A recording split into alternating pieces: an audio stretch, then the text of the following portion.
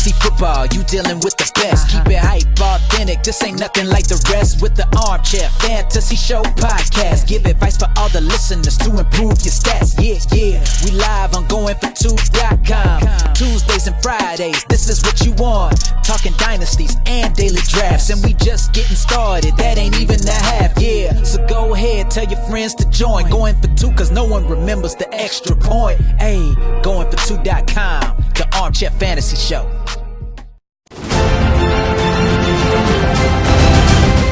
Sorry about that. All right, we're not starting off to a good start here. Yeah. What is up, man? So, welcome to the Armchair Fantasy Show, episode 132. We got a little bit of difficulties going on over here, but I am here with Tim tonight, and we're going to be breaking down the XFL slate. Of course, we're here every Tuesday and Friday night on Facebook Live, Periscope, and YouTube. Tim, man, how you doing tonight? Man, I'm so happy to be back, man. It's NFL season was good to me. I'm sorry that your 49ers went down in the Super Bowl there. Yeah, it was tough, man. Tough loss. I turned my phone off for a few days.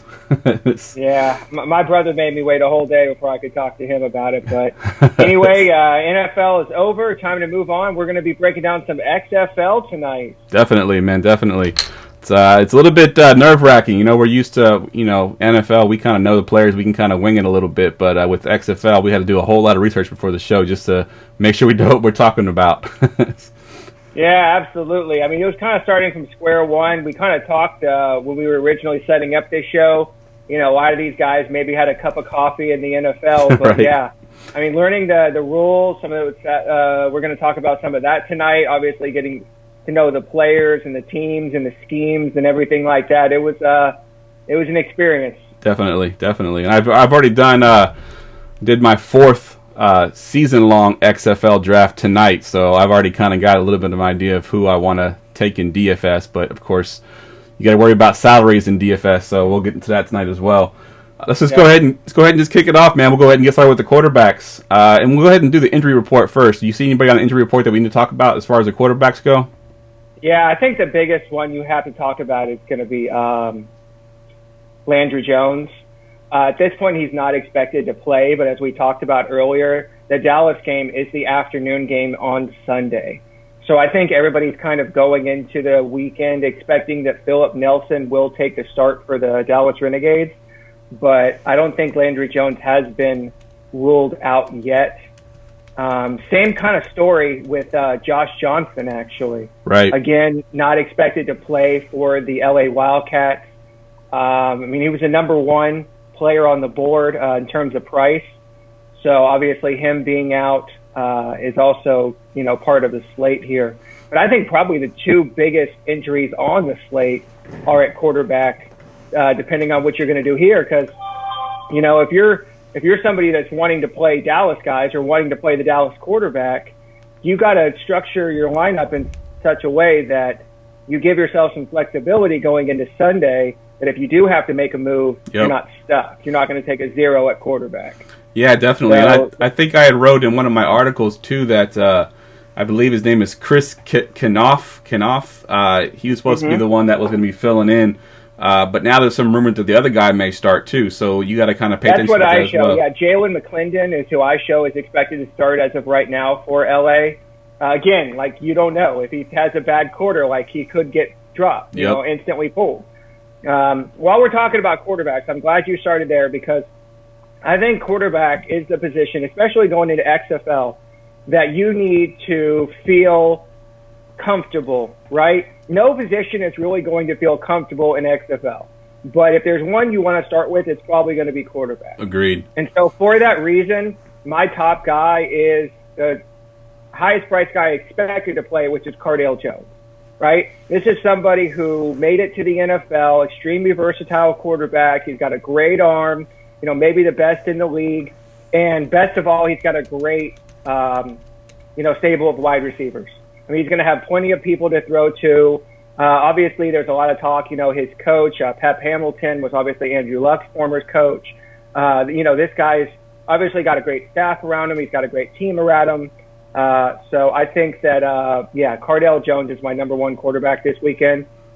Yeah, Yeah, I totally agree with that call as well. I think I said it in one of my articles that, he's I think there's 4 top guys in my opinion. I think it's Josh Johnson, Cardell Jones, Matt McGloin, and Connor Cook, Landry Jones, and two of those 4 guys are not going to play. So I think it's between McGloin and Cardell Jones for me. And I think looking at that defender's roster, I think he has the best weapons as far as those quarterbacks go. I think he's got a couple of burners on the outside. Of course, he's got a really big arm.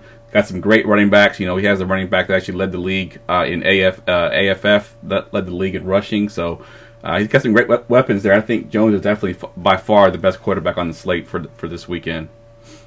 Yeah, well, I'll let you talk about Matt McGloin, but I'm going to move on to the next guy on my list here, which is Philip Walker. He looks to have won the job for Houston. Their coach, obviously, by June Jones, expected to be a very pass-heavy offense. I think you said it was called the run and shoot, right? Yep, the run and shoot offense. The run and shoot. So I expect him to get a lot of usage, and at 7,800, he's a significant price drop down from Cardell Jones, right? You obviously don't get the safety. You probably don't get the upside. But this is another team quarterback playing at home, right? They're projected favorites as of right now in a good offense. And he also has some really good wide receivers we're going to talk about as well. So if you're wanting to just stack all the other positions and save a little money at quarterback, I think Philip Walker also makes a good option. Yeah, I agree. And I think if you really want to go really far down here, I was trying to find the name here. Who was the one I had on my... So there's the 2 that I mentioned. There's Chris Kenoff, but then there's another guy that's supposed to start, and I'm drawing a blank now. Let me see if I can't find him really quick. Go ahead and talk about another guy you got on your list while I look for this guy's name. Yeah, the last guy that I put on my list, and this one is purely just playing off talent, and that's going to be Aaron Murray, right? Aaron Murray obviously was a 4-year starter at Georgia, racked up a ton of yards, I think like 13,000 yards, and then he made it to the NFL and just kind of struggled. He never really took off. But this is a guy that we've seen be able to exploit SEC defenses, and he's got Mark Trestman as coach, right? Obviously, former Bears coach, guy that loves to play in these pass-happy offenses. And if they're able to put their heads together, man, I could see Aaron Murray. I mean, the Vipers are projected to be a good team, right? They're not a bad team at all. Right. The biggest kind of struggle that people see going into this game particularly is that New York is supposed to have a pretty good secondary, right? So that's kind of the one kind of bit here that has people a little hesitant on Tampa Bay. But I think that Aaron Murray could make an interesting option. It wouldn't surprise me at all if he ended up with a few touchdowns here. I don't see him as much of a running threat, but like I said, this is just a play on talent, on upside, for somebody kind of in that middle area. Yeah, I agree. I think the guy I was trying to think of now is when I mentioned at the top there that we're not sure if he'll start or not. It was Chris Kenoff at 6,000, but you could almost play McClendon. You could plug in McClendon if you assume that Josh Johnson's not going to play. Plug in McClendon, he's a little bit more expensive, and if you got to pivot to Chris Kenoff, if he ends up being the one to start, you can just pivot to him pretty easily. But that's a big risk. You're playing a backup quarterback and potentially even a backup to a backup quarterback in the XFL. It's a big risk, but they do play in I think they're going to run some form of the air raid offense because their offensive coordinator was he was the sort of the designer, he built the blocks of the air raid offense way back at BYU. So I think that he could be, bring some of those elements of the air raid offense to these 2 guys and potentially put up some good fancy points for you this weekend. So talk to me about Matt McGloin. Hey, real quick before we move on, we didn't mention this at the top of the show. Obviously, the XFL has some kind of crazy rules. The one that I'm the most interested to see how it plays out are these 1, 2, 3-point conversions, right? Because if they're a team that consistently goes for 2 instead of 1, or 3, I doubt most teams are going to go for 3, but I think some teams could go for 2 over 1 consistently. That's something we're going to have to pack into maybe some future analysis. But I also like the one foot catch rule as a flag football aficionado. I'm a big fan of that.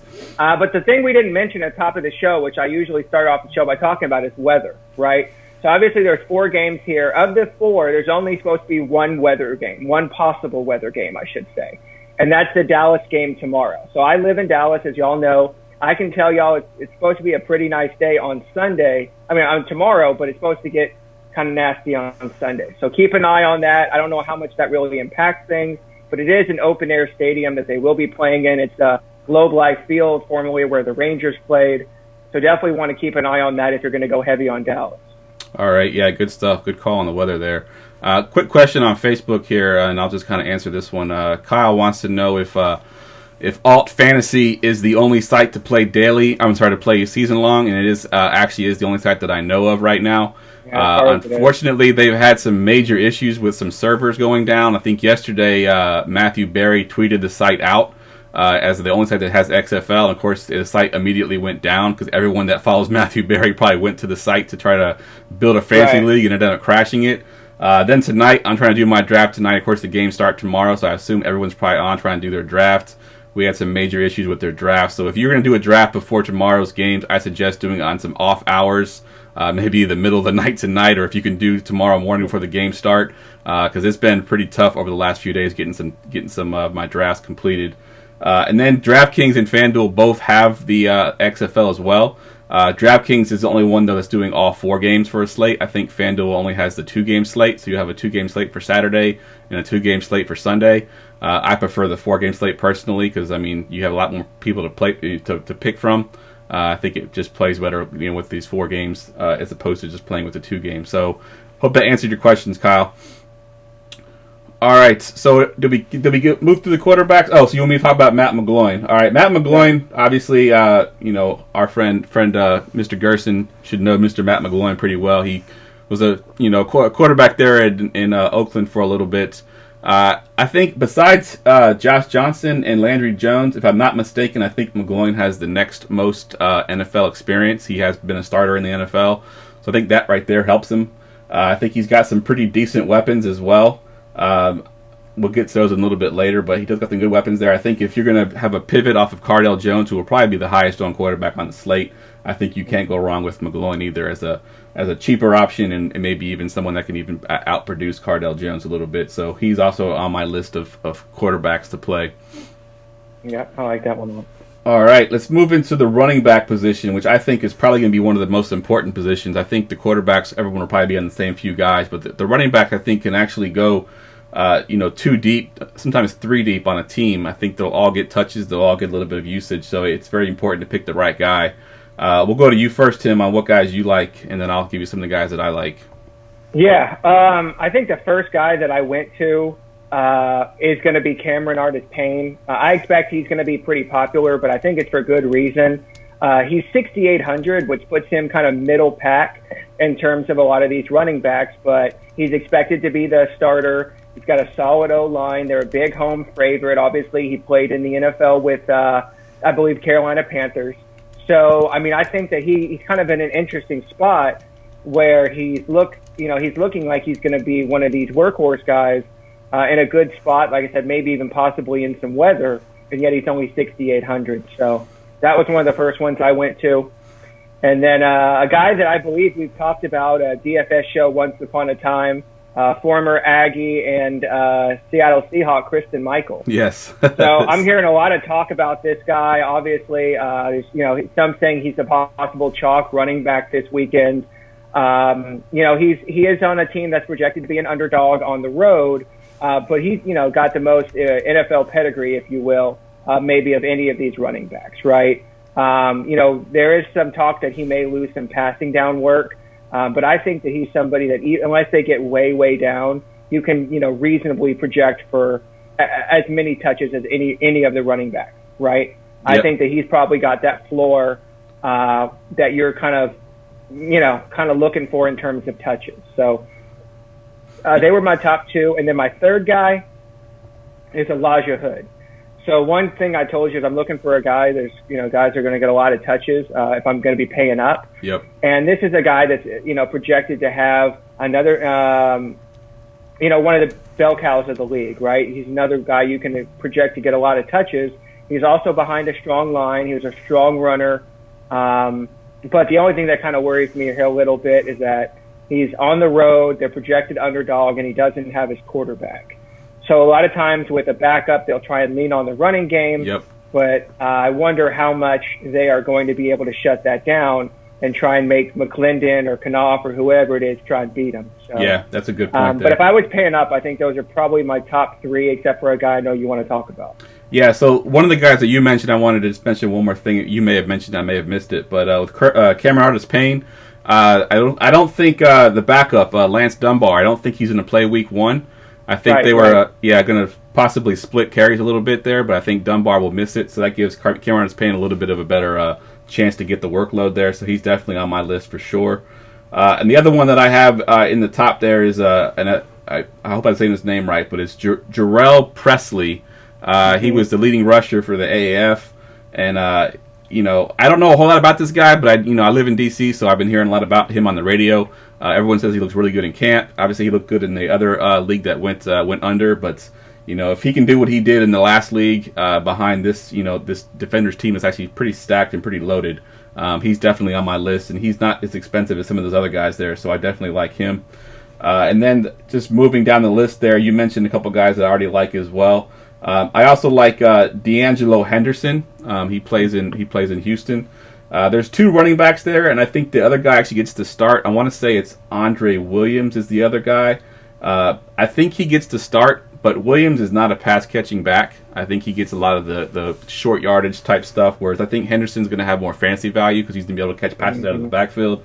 He's got a little bit of speed to him. I think he played. I want to say he played in Denver, but I don't quote me on that. I think it's where he played in the NFL. But I think he's going to be a good pickup there in Houston in that offense, which will be very pass happy.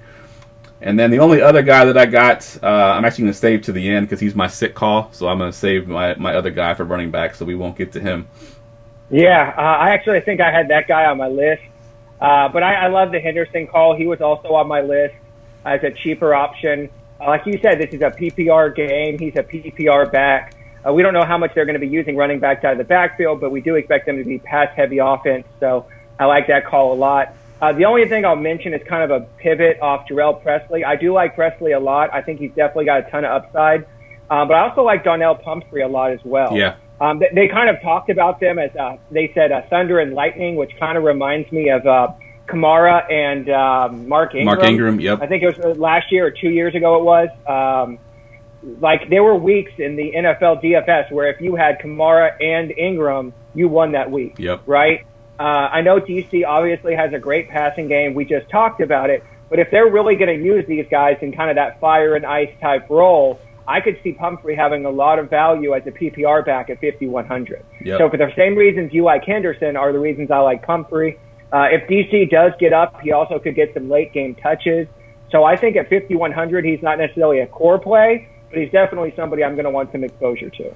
Yeah, and you're talking about them getting up. I checked some of the lines there. I think last I checked, DC is predicted to be, I think, a 7.5 point favorite, I believe, last I checked. Right. So, they're predicting that the DC will get up pretty easily on them, and they can run the ball and run the clock out. So that's definitely a good thing there. All right, any more backs you want to touch before we move on to the receivers?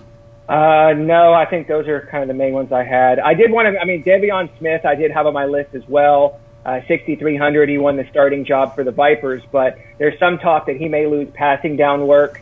It's always tough for me to play a projected 2-down back on DraftKings if he's not super cheap. Yep. So I think I'm probably going to I'm going to go with one of the guys I mentioned or pay down for somebody like Pumphrey or Henderson. Yeah, there was one more guy that I had on my list until yesterday, and I mentioned this in my article.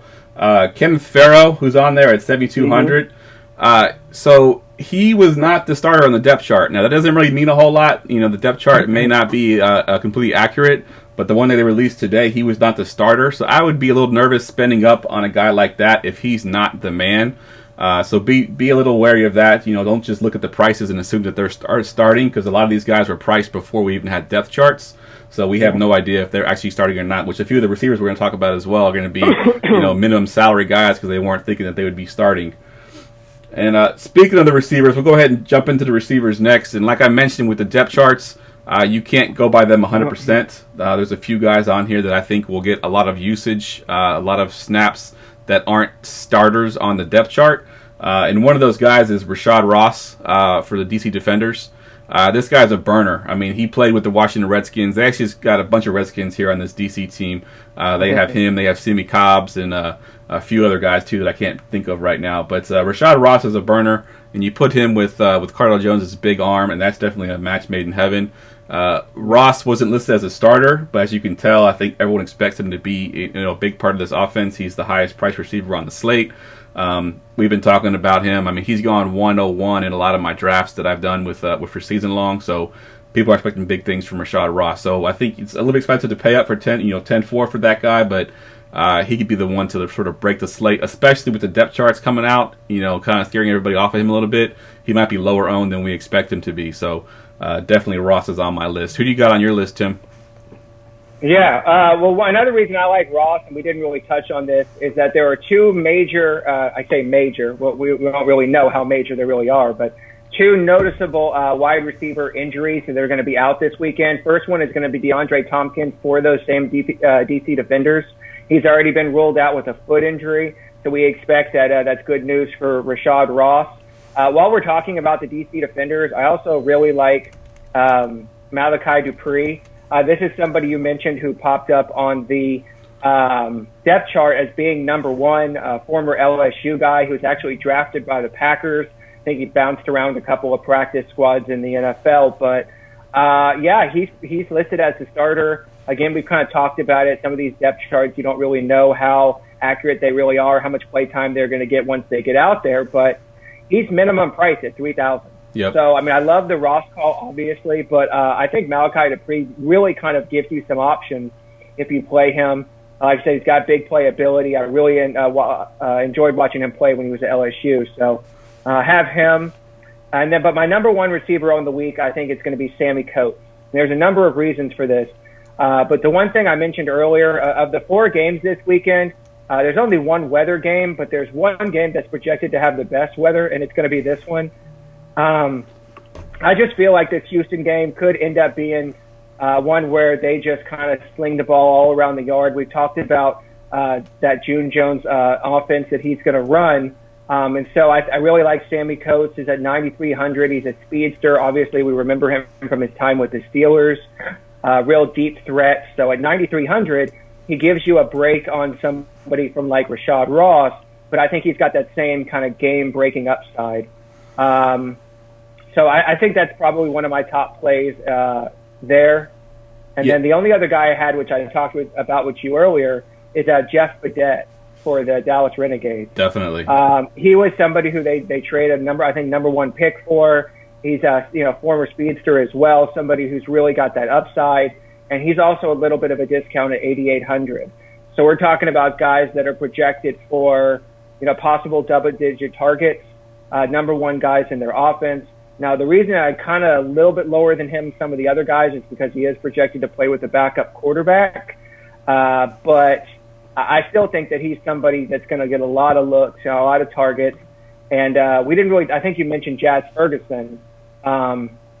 He is hurt. He's not expected to be a starter this week. So you kind of got to think that there are going to be some more targets to kind of go around. So I think those are kind of the top guys I have on my list. Yeah, I agree with all those calls. I loved all those calls. Sammy Coates is probably my top guy besides Ross if you're not going to pay up that high. The other guy I got in here, and he's not – I don't know how much he played in the NFL, but he did play in the AAF, is Mikael McKay.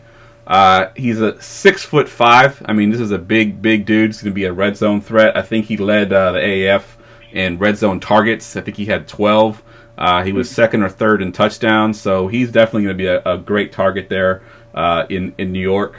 And then moving down the list a little bit, there's a guy that I was looking at, Nelson Spruce. I was a little bit lower on him, and in my article I actually put a thing to avoid him. Because when I was doing my research on him, I went to Player Profiler, and he had a very slow 40 time. I mean, it was like 4.69. He was only 0.7 seconds faster than Carson Wentz. But I talked to some of the beat reporters from out there, and they say that he's been dominating in practice. He lined up in the slot. He's a big guy. So I think that I might actually add him back into my player pool at 8,500 in that LA offense. You're going to have possibly a backup quarterback there. Slot receivers tend to get targeted a lot from backup quarterbacks, so I think that he could definitely be in play.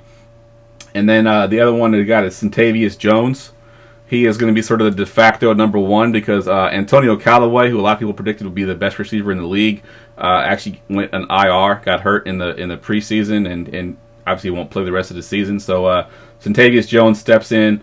He's not as fast as Antonio Callaway or as gifted as Antonio Callaway, but he will be the number one receiver there. And they weren't sort of counting on that when they made these prices, so he's kind of priced down a little bit for a number one at 7,400.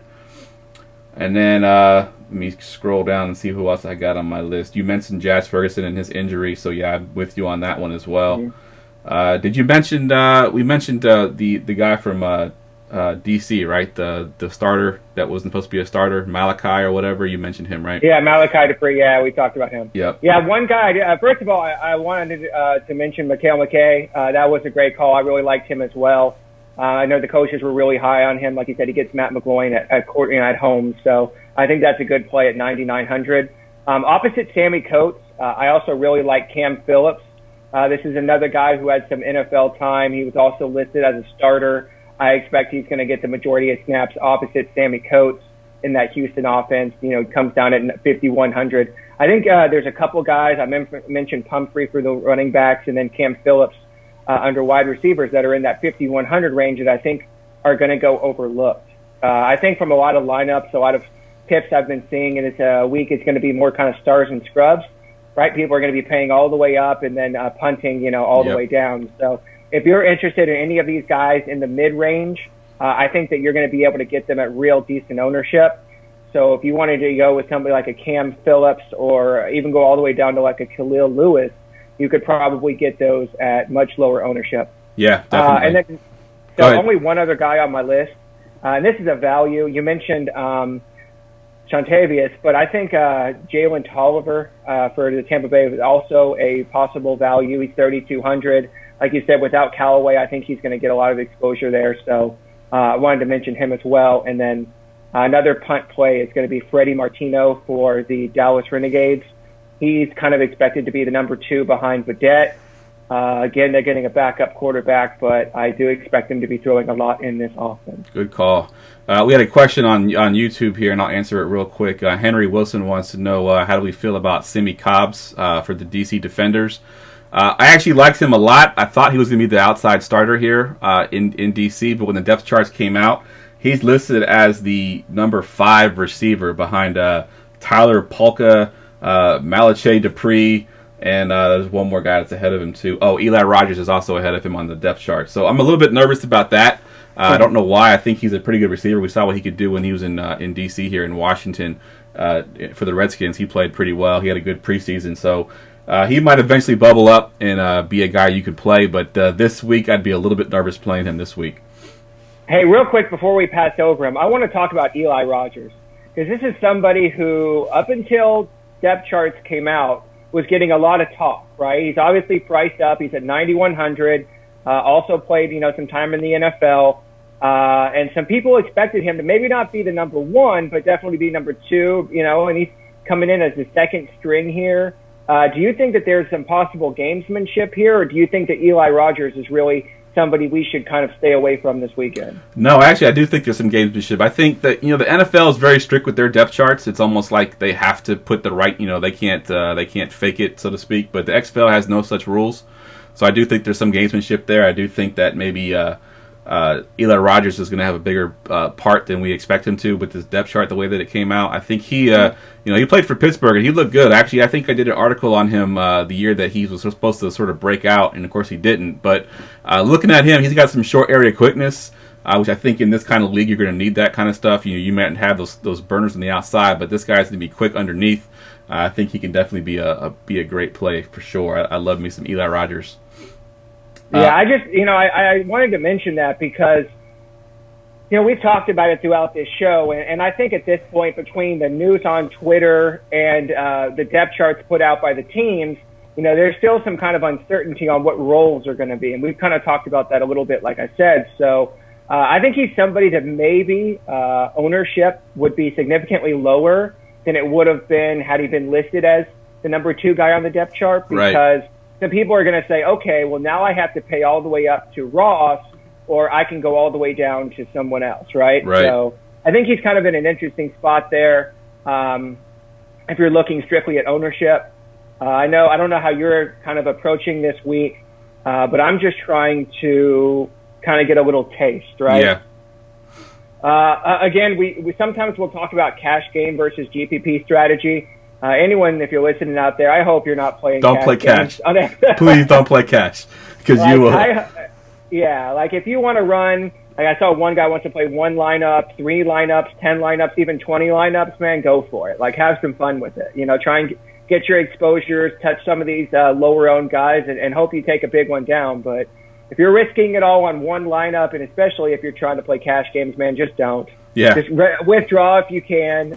Exactly. Unpost your head-to-head. Yep. But yeah, that's kind of my biggest kind of takeaway from this weekend is just, we have a lot to learn. Obviously, we're all going to be diving into the stats after these first games are concluded. But, I think that I mentioned it already. It's kind of shaping up to be a stars and scrubs kind of weekend. So, like you said, if you nail your running back spot, if you pick the right top end wide receiver and get that right value guy, man, you have a real shot. This is one of the most open slates of any sport I can remember in recent memory. Yes, definitely. Right? Definitely. Like there's really no pro advantage this week. Like somebody mentioned, it was like the early days of WNBA. Right. Yes. And I think that's really the best way to look at it. When you know that there's just enough knowledge out there where you feel like there's an edge, but not so much that the field is saturated like we've seen in NFL and obviously NBA. So yep, 100%. That's the biggest thing, man. This weekend is just try and have fun with it. Hopefully somebody out there wins all the money. Yeah, exactly. I think I've already reserved my 20 lineups and the 20 max GPP, but I'm not playing cash. It looks like Aaron on Facebook, he's the cash game king. He's running one lineup. He's all in cash. So good luck to you, Aaron. I don't know. I couldn't do it. And then Henry again. All the money, Aaron. I hope so. But. Yeah. And then Henry on YouTube again asked us a question. We kind of touched a little bit on it in the beginning here. He may have missed the beginning of the show, but better start for the week. Jordan Tamamu, I can't pronounce his name. He's the quarterback. Cardell Jones or Aaron Murray. I think we all agree it's going to be Cardell Jones in that list. I think if you're going to be paying for that quarterback, it needs to be Cardell Jones is probably your lock right there for me. Agreed. I think there's going to be a lot of lineups, just being honest, where they do lock button Cardell Jones, lock button Rashad Ross, and then try and figure out everything else. Yep. Right? Yep.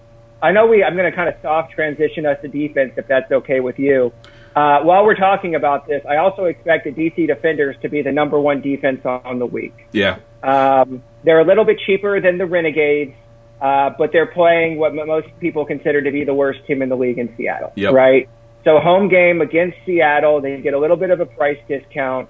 So I think the Defenders are going to be really popular, and for good reason. You mentioned earlier about Presley, kind of lead us into stacks here as well. Presley and DC, if you want to do that running back defense stack, I think that's a great one. I really do. And then the only other defense I'm looking at is going to be the Houston Roughnecks. And that's because, again, they're projected at home. They're going to be seeing a backup quarterback.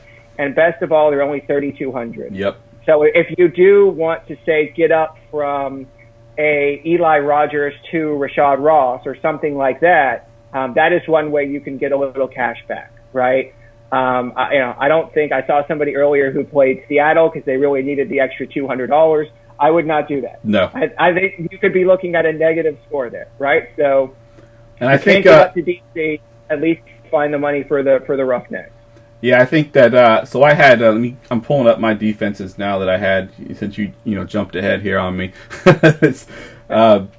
Let me get my defenses up here. I know I had that the two defenses. So yeah, the LA and the Houston game. I know that those games are going to be a pretty high scoring game, but I do think you can use the Houston Roughnecks. Like I said, LA is probably going to have a backup quarterback. I think it'll still be a high scoring game, but I think there'll be a ton of turnovers in that game. There'll be sacks given up, so I think that can be at 3,200. And then the St. Louis Battlehawks is another one that I have on my list because again, Dallas is going to have a backup quarterback.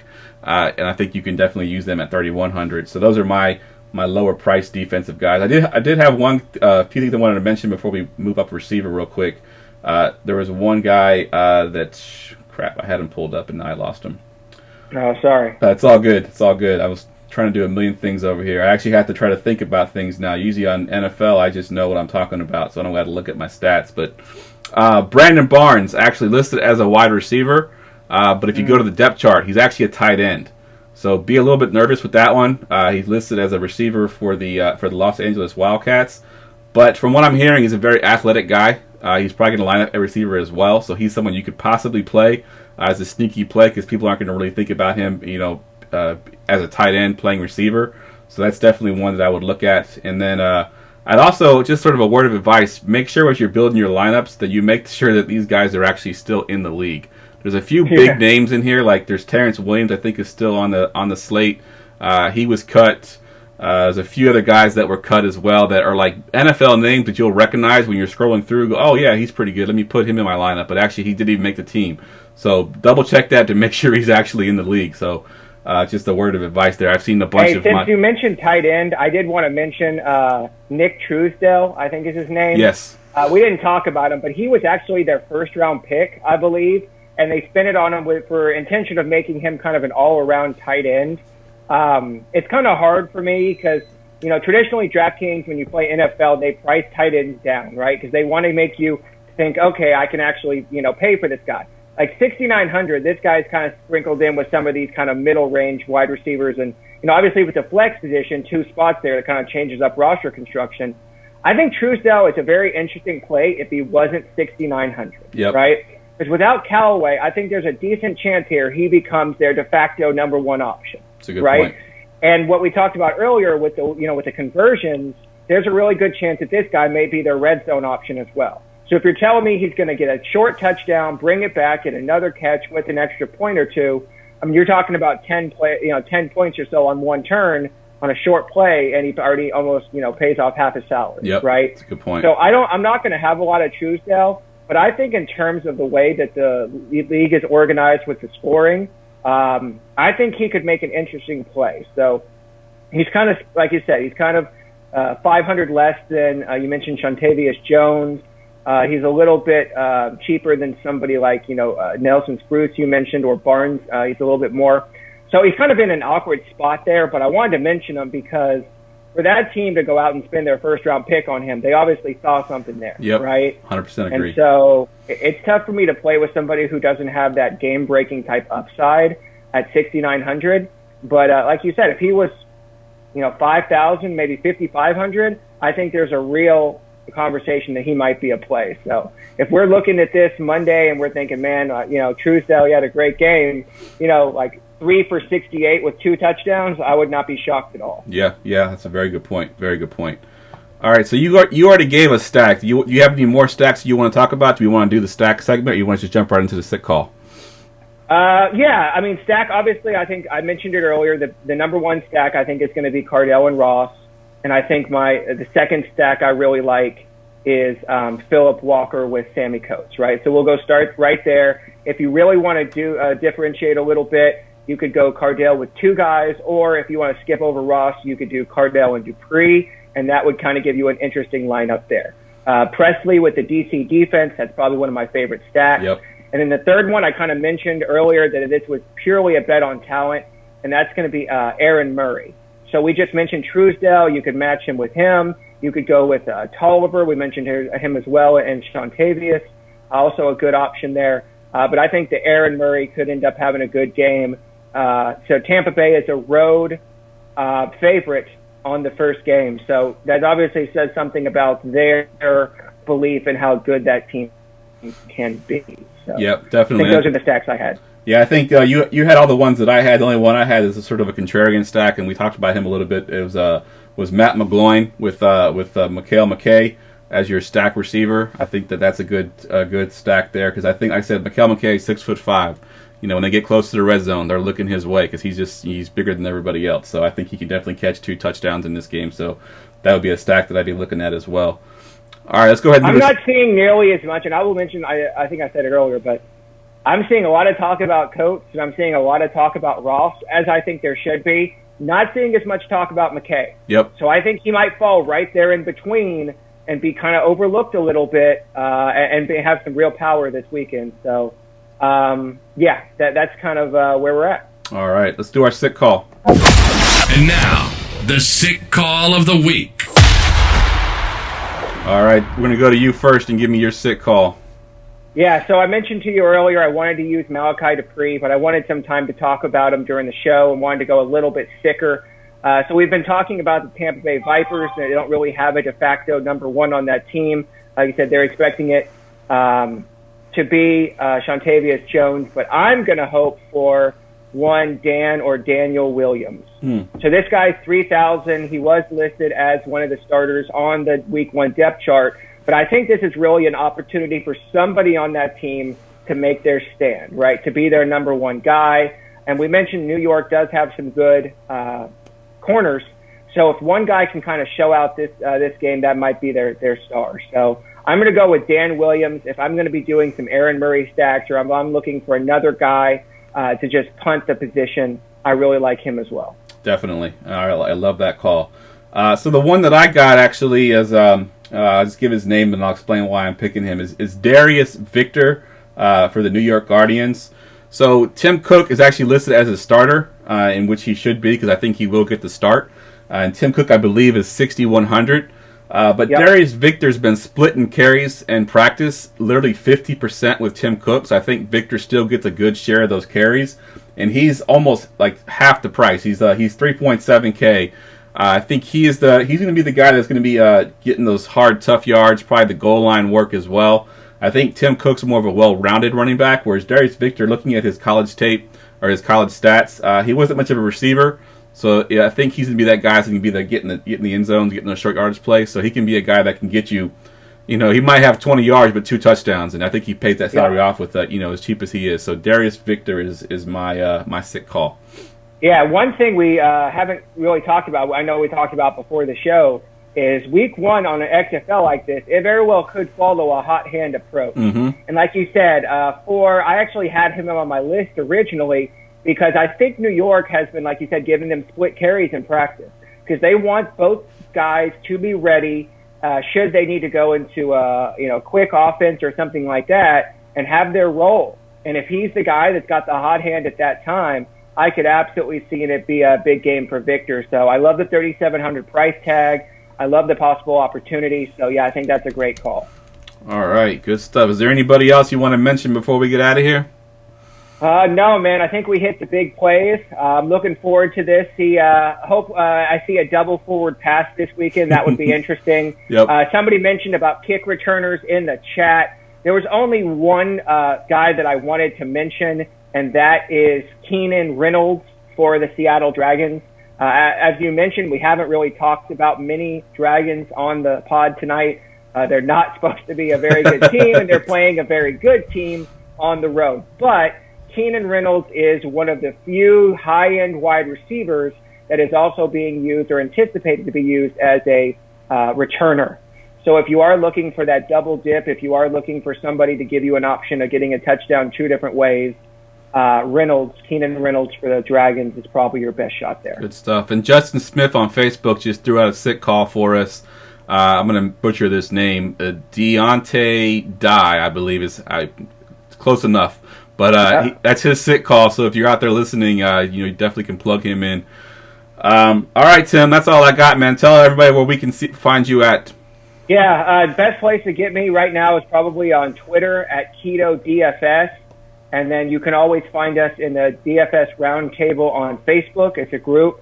Just request it. We'll get you in there. We'll get you in the chat. But we're going to be here. Geoff is a great resource on XFL. I know you can find him on Twitter too. Yep, you can find me at Geoff Lambert 77, and I'm actually in a chat group with a bunch of the XFL beat reporters. So I've got a little bit of inside information. So if you want to reach out to me and ask me if so-and-so is going to start and who I think about this guy, I may not have the answer for you, but I can definitely find it out for you. I'll talk to those guys. I'm actually in a league with those guys, in an expert league that they created with us, and so that should be a lot of fun. But the expert league. The expert league. Yep, exactly. I think we put the. Geoff, I have the question everybody really wants to know. What's that? You have an XFL list. So let's talk about your XFL list. My XFL what? Yeah, your Twitter list for XFL. Oh yes, I'm sorry. Yeah, good call. Yeah, so I created a XFL list. Basically, you go on Twitter, click on my little, I think it's the 3 dots now. They changed it. It used to be a little gear icon. Click on that. Click on my list. Scroll down until you see XFL. You can subscribe to it. That's basically every XFL account that I could find that's, is going to report out any information. It's just like preseason football. You got to find this information out from beat reporters because it's not going to come through Roto World. It's not going to be on ESPN on the bottom line. You're not going to find it anywhere else. You're going to get it from the beat reporters that are out there grinding. So definitely, if you want to follow that list, it's pretty easy to find. If you need help finding it, just hit me up on Twitter and I'll help you find it. But yeah, I mean, as always, find me on Twitter. I'm also on Facebook in the DFS Roundtable. Bunch of places on Facebook you can find me. So definitely reach out this weekend, and I'll try to do my best to answer all your questions. All right, that's a wrap, guys.